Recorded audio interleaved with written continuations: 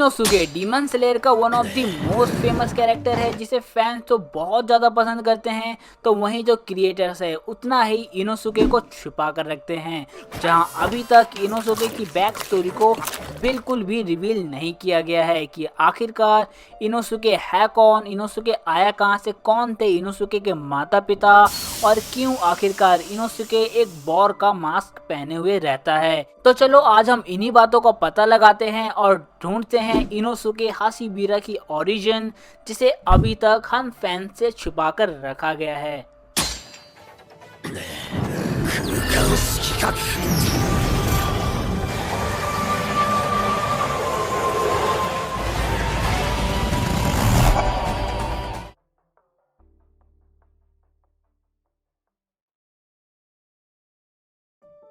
Inosuke हाशिबिरा, जिसके बारे में कहा जाता है कि इनोसुके को जंगल में एक मादा सुअर ने पाला था, पर ऐसा क्यों था इस बारे में अगर हम पता लगाएं तो हमें समय में थोड़ा सा पीछे जाना होगा जब इनोसुके का जन्म हुआ था। मगर हम थोड़ा सा और पीछे चलते हैं जहां हमें इनोसुके के माता पिता देखने को मिलते हैं। जहां इनोसुके की मां का नाम कोताहा था, तो वहीं जो इनोसुके के पिता थे उनका नाम रिवील नहीं किया गया है।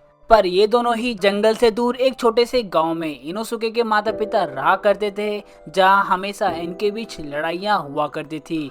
और आगे चलकर यहीं इसी गांव में इनोसुके का जन्म भी होता है।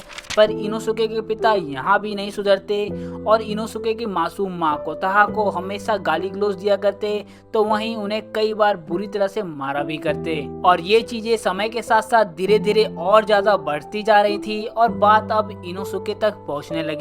और कोताहा जो इनोसुके की माँ थी, वो इनोसुके के भविष्य को लेकर काफी चिंता में रहने लगी। और इसीलिए एक दिन कोताहा इनोसुके को लेकर अपने पति का घर छोड़ देती है और वहाँ से भाग जाती है, जहाँ फिर वो चलते चलते एक मंदिर में शरण ले लेती है, जहाँ डोमा नाम का एक व्यक्ति था जो मंदिर का पुजारी बनकर बैठा था। पर यहाँ पर चिंता वाली बात ये हो जाती है कि दरअसल डोमा एक डीमन था जो मंदिर में आए हुए भक्तों को चोरी छुपे अपना शिकार बनाया करता था।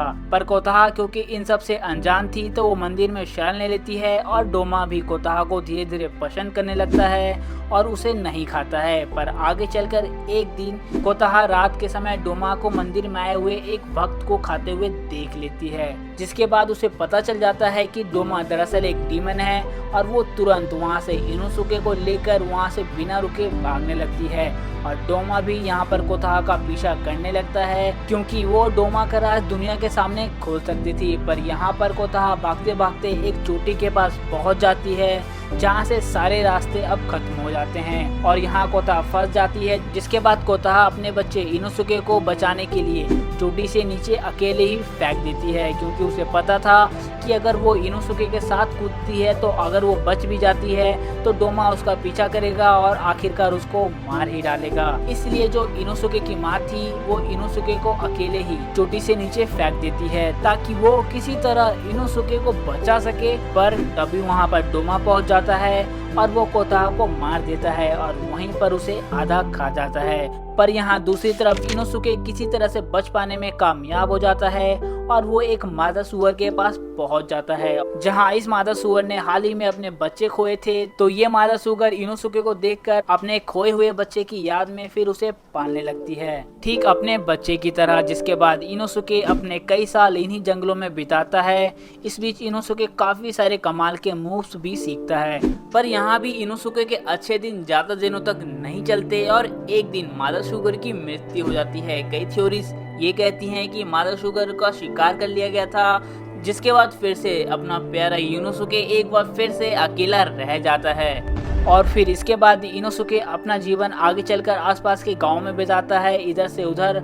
और अपनी माँ मादा सुअर की याद में एक बोर का मास्क पहनता है और इससे इनोसुके को उसकी माँ का साथ हमेशा महसूस होता है। इस बीच एक दिन इनोसुके की मुठभेड़ एक छोटे से डीमन से होती है, जहाँ इनोसुके उसे मारने में कामयाब तो हो जाता है और लड़ाई को एज अ कॉम्पिटिशन के रूप में लड़ता है, जहाँ वो ये दिखाता है कि इनोसुके से ज्यादा ताकतवर कोई नहीं है और यहाँ पर उसे रिवॉर्ड के रूप में उसको उसकी तलवार मिलती है और यहीं पर इनोसुके डीमंस के बारे में काफी कुछ जानता है, जहां इनोसुके डीमन स्लेयर कोर्स में शामिल होने का फैसला भी करता है। और इसके बाद आगे चलकर हमें फाइनल सिलेक्शन देखने को मिलती है, पर इस पूरे के पूरे सीक्वेंस में इनोसुके ऑफ स्क्रीन था, जहां पर हमें इनोसुके एनिमे में नहीं दिखाया गया। और इसके बाद फाइनली इनोसुके का पहला अपीयरेंस हमें देखने को मिल ही जाता है शिज़ुमी मिशन आर्क के दौरान, जहां ड्रम डीमन को मारने के लिए इनोसुके 3 दिनों से एक ही घर में फंसा हुआ था, क्योंकि जो ड्रम डीमन था वो अपने ड्रम बजाकर रूम को बार बार चेंज कर देता था।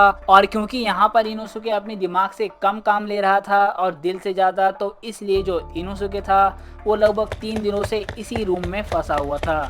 पर जब तानजीरो और जेनित्सु इस घर में जाते हैं और जेनित्सु जब एक दरवाजा खोलता है तो वहां से इनोसुके बाहर निकलता है और यहीं पर हमें पहला अपीयरेंस इनोसुके का देखने को मिलता है, जहां पर पहली बार फैंस के सामने इनोसुके को दिखाया गया था। और ड्रम डीमन को मारने के बाद जब ये मिशन खत्म होता है तो यहाँ पर इनोसुके, तानजीरो और जेनित्सु एक अच्छे दोस्त भी बन जाते हैं, जिसके बाद वो काफी सारे मिशन साथ में करते हैं, फिर चाहे वो रेनगोकू वाला मिशन हो या फिर तेंजेन या फिर खुद का जो इन तीनों को मिशन मिला था। इन सभी में हमें इनोसुके देखने को मिलता है, जहां पर हमें हर बार इनोसुके की लाजवाब परफॉर्मेंस, एटीट्यूड और सुपर स्वॉर्ड स्टाइल देखने को मिलती है, जिसने फैंस को कभी भी डिसअपॉइंट नहीं किया था। इसके अलावा आगे चलकर फ्यूचर में डोमा और इनोसुके की फाइट भी हमें देखने को मिलने वाली है, जो एक गजब की और काफी कमाल की फाइट होने वाली है, जिसके बारे में मैं फिलहाल कुछ रिवील नहीं कर रहा हूँ, क्योंकि ये तुम सभी के लिए एक स्पॉइलर हो सकता है। पर अगर हम एक नज़र इनोसुके की पावर्स पर डालें तो वो और भी गजब की हैं, क्योंकि इनोसुके के पास लाजवाब स्टैंड, पावरफुल स्टैमिना और कभी ना हार मानने वाला कॉन्फिडेंस है, जो कभी लूज नहीं होता है। एंड इसकी जो फ्लेक्सिबिलिटी है, जिसके सामने तो तानजीरो की पावर्स भी फीकी पड़ जाती है। इवन इसकी विल पावर इतनी स्ट्रॉन्ग है कि इनोसुके कभी भी किसी के सामने घुटने नहीं टेकता। साथ ही इनोसुके पर किसी भी तरह के किसी भी प्रकार के जहर का भी कोई असर नहीं होता। तो वहीं जो इसके रिफ्लेक्सेस हैं उसका कोई भी मुकाबला नहीं है। तो वहीं जो इनोसुके का सेंस ऑफ टच है वो इतना कमाल का है कि इनोसुके उसकी मदद से अपने आसपास छिपे हुए डीमंस का पता आसानी से लगा सकता है। इसके अलावा इनोसुके बीस्ट ब्रीडिंग स्टाइल का यूज करता है, जो उसने जंगलों में निजात की थी, जिसमें लगभग 10 फॉर्म है और कई सारे सुपर फॉर्म्स भी हैं, जो इनोसुके की बीस्ट ब्रीडिंग स्टाइल को बहुत ज्यादा पावरफुल बना देती हैं। साथ ही इनोसुके डुअल नेचर इन कटानास का यूज करता है, और वो भी बहुत अच्छे से, जो उसे बाकी कटाना यूजर से काफी ज्यादा खास बना देती है। और वो इसलिए भी क्योंकि उसकी कटानास में भी एक खास बात है, और वो क्या, वो तुम खुद देख लो।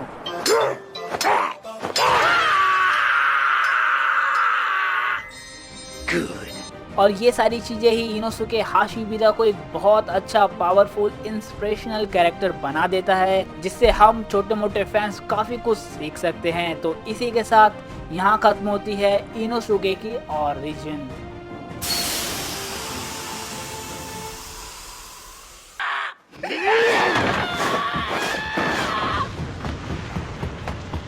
तो अगर अभी भी तुम में से किसी को भी कोई डाउट है तो नीचे कमेंट सेक्शन खुला है, वहाँ ज़रूर पूछ लेना। और अगर कुछ मिस हुआ हो इनोसुके की ओरिजिन को लेकर तो नीचे कमेंट जरूर करना, मैं उसको पिन कर दूंगा। तो चलो मैं चलता हूँ, फिर तुमसे मिलता हूँ किसी नई इंटरेस्टिंग वीडियो के साथ। तब तक अपना ख्याल रखना। Good. You bastard! Are you trying to provoke me? Please forgive him!